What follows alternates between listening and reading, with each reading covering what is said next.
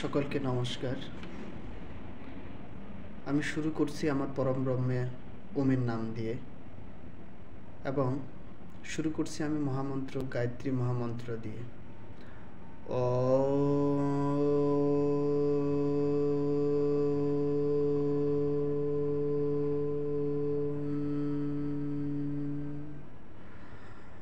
ওম ভূর্ভুবঃ স্বাহা তস্সবিতুর্বরেণ্যং ভর্গো দেবস্য ধীমহি ধিয়ো ইয়ো নঃ প্রচোদয়াৎ। হে পরমাত্মা, তুমি প্রাণস্বরূপ, প্রাণপেক্ষা প্রিয়তম এবং প্রাণের প্রাণ, সমস্ত জগতের অধিকর্তা এবং সর্বোত্তম বলে তুমি একমাত্র বরণযোগ্য। তুমি সকল প্রকারের দুঃখ বিনাশক এবং সুখ প্রদাতা। তোমার দিব্যজ্যোতিকে আমরা হৃদয়ে ধ্যান করি। হে ঈশ্বর, আমাদের অজ্ঞানতাজনিত পাপ দূর করে আমাদের হৃদয়ে নির্মল বুদ্ধির প্রেরণা প্রদান করো। আবারও পরম ব্রহ্মকে নমস্কার জানাচ্ছি। তো আমি শুরু করব বর্ণ কি। তো এটি শুরু করার আগে আমি যে বিষয়টি বলবো, গীতা 16 অধ্যায় 23 নম্বর এবং 24 নম্বর শ্লোকে বলা আছে যে মানুষ শাস্ত্র বিধিকে পরিত্যাগ করে কামনা বশীভূত হয়ে কর্ম করে সে সিদ্ধি লাভ করে না এবং সুখও না পরম গতি প্রাপ্ত হয়। সেজন্য কর্তব্য ও অকর্তব্য নির্ণয় বিষয়ে শাস্ত্র তোমার প্রমাণ স্বরূপ। সুতরাং এই সংসারে শাস্ত্রোক্ত বিধান জেনে কর্ম করতে যোগ্য হও। অর্থাৎ আমাকে গীতা 16 অধ্যায় 23 এবং 24 নম্বর শ্লোকে এখানে বলা হয়েছে যে আমি যা কিছু ধর্মকর্ম করি না কেন, আমার প্রমাণ শাস্ত্রই, অর্থাৎ শাস্ত্রই আমাকে কর্তব্য এবং কি অকর্তব্য নির্ণয়ে কি করে প্রদান করে থাকে। আমরা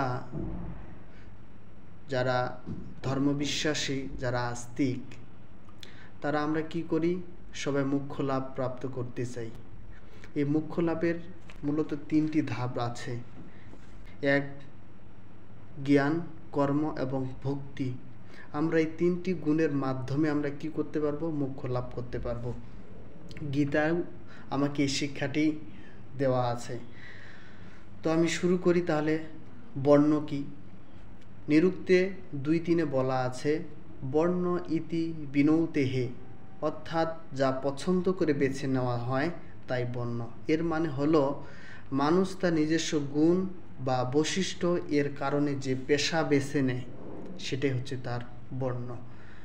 অর্থাৎ আমি ভালো মতো বলতে গেলে বলতে পারি যে বেছে নেওয়া বা নির্বাচন করা, অর্থাৎ টু চয়েস। যেমন ঋগ্বেদে বলা আছে 9ম মণ্ডলে 112 সূক্ত এবং প্রথম মন্ত্রে একজনের কর্ম ক্ষমতা ও আধ্যাত্মিকতা চিন্তা ভাবনা এক এক রকম। অর্থাৎ একজনের সাথে আরেকজনের চিন্তা ভাবনা এবং কর্মদক্ষতা একেবারে ভিন্ন। সে অনুসারে এক একজন বর্ণ নির্ধারণ করে থাকে। অর্থাৎ সে অনুসারে, অর্থাৎ কর্মদক্ষতা এবং আধ্যাত্মিকতা চিন্তা ভাবনা অনুসারে কি করে থাকে, এক একজনের বর্ণ এক একজন নির্ণয় করে থাকে। সেটা আমাকে ঋগ্বেদ 9ম মণ্ডল 112 সূক্ত প্রথম মন্ত্রে বলা আছে।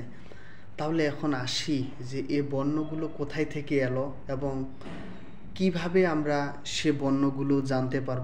চতুর্বর্ণীয় ময়া সৃষ্টম গুণকর্ম বিভাগসহ, অর্থাৎ গুণ ও কর্ম বিভাগ অনুসারে 4 বর্ণ সৃষ্টি হয়েছে। এটা কোথায়? গীতা 4th অধ্যায় 13 নম্বর শ্লোকে বলা আছে।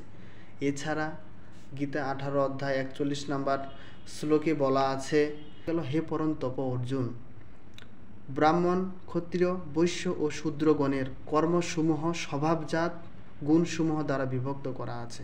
তাহলে এখানে কি বোঝা গেল? আমি, আপনি বা আপনারা যারা যে বর্ণের অংশীদার হিসেবে স্বীকার করি, সে বর্ণের অংশীদার হতে গেলে কি হতে হবে? গুণ এবং কর্ম সে বর্ণের মধ্যে যদি পড়ে তাহলে আমরা সে বর্ণের অংশীদার হিসেবে স্বীকার করতে পারবো। তাহলে বর্ণভেদ জন্মভিত্তিক নয়, তাহলে সেটা কি? সেটা গুণ এবং কি কর্ম, অর্থাৎ কাজের ধরন ভিত্তিতে নির্ধারণ করা হয়ে থাকে। আশা করি এতটুকু বুঝছেন। তো এখন তাহলে আমি যদি বলি তাহলে ব্রাহ্মণকে, যেমন ব্রাহ্মণের ঋগ্বেদ সপ্তম মণ্ডল 103 সূক্ত 7 থেকে 9 মন্ত্রে বলা আছে যে ঈশ্বরের প্রতি গভীরভাবে অনুরক্ত, অহিংস, সত্য, নিষ্ঠাবান, সুশৃঙ্খল, বেদ প্রচারকারী, বেদ জ্ঞানী, নিয়মিত বেদোক্ত অনুসারে ধ্যান যজ্ঞাদি কর্মে লিপ্ত হয় সেই ব্রাহ্মণ। এবং শতপথ ব্রাহ্মণে বলা আছে ব্রহ্ম হি ব্রহ্মণঃ, অর্থাৎ যিনি ব্রহ্মজ্ঞান সম্পন্ন উত্তম কর্ম প্রদানকারী তিনি হচ্ছেন কি ব্রাহ্মণ। এছাড়া মনুসংহিতায় বলা আছে যিনি শিক্ষাদান, শিক্ষা গ্রহণ, যজ্ঞ করা বা অন্যদেরকে যজ্ঞে অংশগ্রহণ করানো, দান গ্রহণ যারা করেন তারাই হচ্ছে কি ব্রাহ্মণ।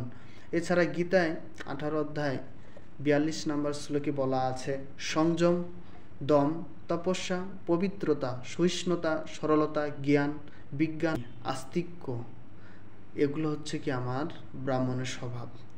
তাহলে গীতায় 18 অধ্যায় 42 নম্বর শ্লোকে দেখলাম সংযম, দম, তপস্যা, পবিত্রতা, সহিষ্ণুতা, সরলতা, জ্ঞান, বিজ্ঞান ও আস্তিক্য এগুলো হচ্ছে কি ব্রাহ্মণের স্বভাব। যদি এগুলো গুণ কোনো ব্যক্তির মধ্যে থাকে তাহলে আমরা তাকে বলবো ব্রাহ্মণ। তাহলে এখন ক্ষত্রিয় ঋগ্বেদে বলা আছে দশম মণ্ডল 66 সূক্ত 8ম মন্ত্রে দৃঢ়ভাবে আচার পালনকারী, সৎকর্মের দ্বারা শুদ্ধ, রাজনৈতিক জ্ঞান সম্পন্ন, অহিংস, ঈশ্বর সাধক, সত্যের ধারক, ন্যায়পরায়ণ, বিদ্বেষ মুক্ত, ধর্মযোদ্ধা, অসতের বিনাশকারী সে ক্ষত্রিয়। এছাড়া মনুসংহিতায় বলা আছে প্রজারক্ষণ, দান, যজ্ঞ, অধ্যয়ন, বিষয় ভোগ অনাসক্ত এইসব ক্ষত্রিয়ের হচ্ছে কি বৈশিষ্ট্য। এরপরে যদি গীতা 18-43 নম্বর শ্লোকে লক্ষ্য করে এখানে বলা আছে বীরত্ব, ক্ষমতা, ধৈর্য, দক্ষতা, যুদ্ধে বিমুখ না হওয়া, দান এবং ঈশ্বর ভাব এগুলো হচ্ছে কি ক্ষত্রিয় স্বভাবজাত কর্ম। তাহলে এখন আসি তাহলে বৈশ্য অথর্ববেদে বলা আছে দক্ষ ব্যবসায়ী, দানশীল, লোভহীন, চাকরিরত এবং চাকরি প্রদানকারী ব্যক্তি, এইসব গুণ যদি থাকে তাহলে আমরা বলবো কি বৈশ্য। মনুসংহিতায় বলা আছে গবাদি পশু পালন এবং বৃদ্ধি করা, বিদ্যা ও ধর্মের বৃদ্ধি করতে অগ্নিহোত্রাদি যজ্ঞ করা, বেদাদি শাস্ত্রে অধ্যয়ন করা, সর্বপ্রকারে বাণিজ্য করা এবং বৃদ্ধির জন্য ধন প্রয়োগ করা এগুলো হচ্ছে কি বৈশ্যের কর্ম। এছাড়া গীতা 18 অধ্যায় 44 নম্বর শ্লোকে বলা আছে কৃষি, গোরক্ষা ও বাণিজ্য এগুলো বৈশ্যের স্বভাবজাত কর্ম। তাই এখন শূদ্রকে আবার গীতা 18 অধ্যায় 44 নম্বর শ্লোকে যদি শূদ্রের কর্ম এবং স্বভাব জানতে চাই তাহলে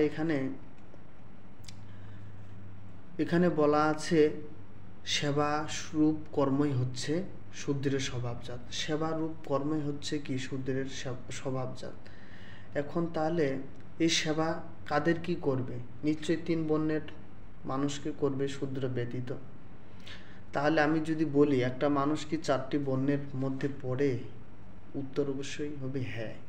কারণ এক একটি মানুষের যদি আমি 4টি অংশে ভাগ করি, আমার মস্তিষ্ক মুন্ডন হচ্ছে কি ব্রাহ্মণ, 2 বাহু হচ্ছে কি ক্ষত্রিয়, পাকস্থলী অর্থাৎ পেট হচ্ছে আমার কি বৈশ্য এবং আমার পা হচ্ছে শূদ্র। তাহলে আমার এই 3 বর্ণের যিনি সেবা প্রদান করে থাকেন অর্থাৎ ভর বহন করে থাকেন সে হচ্ছে শূদ্র। এই সমাজে শূদ্রের প্রাধান্য সব থেকে বেশি দেওয়া উচিত।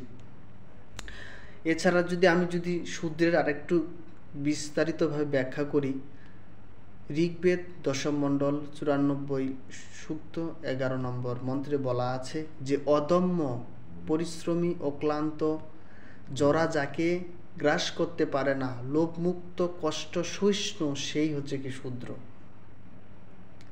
তাহলে যিনি অদম্য পরিশ্রমী, অক্লান্ত, জরা যাকে সহজে গ্রাস করতে পারে না, লোভমুক্ত, কষ্ট সহিষ্ণু সে হচ্ছে শূদ্র। এছাড়া মনুসংহিতায় বলা আছে নিন্দা, ঈর্ষা, অভিমানাদি দোষ পরিত্যাগ করে ব্রাহ্মণ, ক্ষত্রিয় ও বৈশ্যগণকে যিনি সেবা প্রদান করে থাকে তিনি শূদ্র। কি সুন্দর কথা। তাহলে এ পর্যন্ত আমরা বুঝলাম যে আমাদের কোন কোন গুণ এবং স্বভাব থাকলে আমরা তাকে ব্রাহ্মণ, ক্ষত্রিয়, বৈশ্য এবং কি শূদ্র বলতে পারবো। আশা করি সবাই বুঝছেন। সকলকে নমস্কার জানাচ্ছি।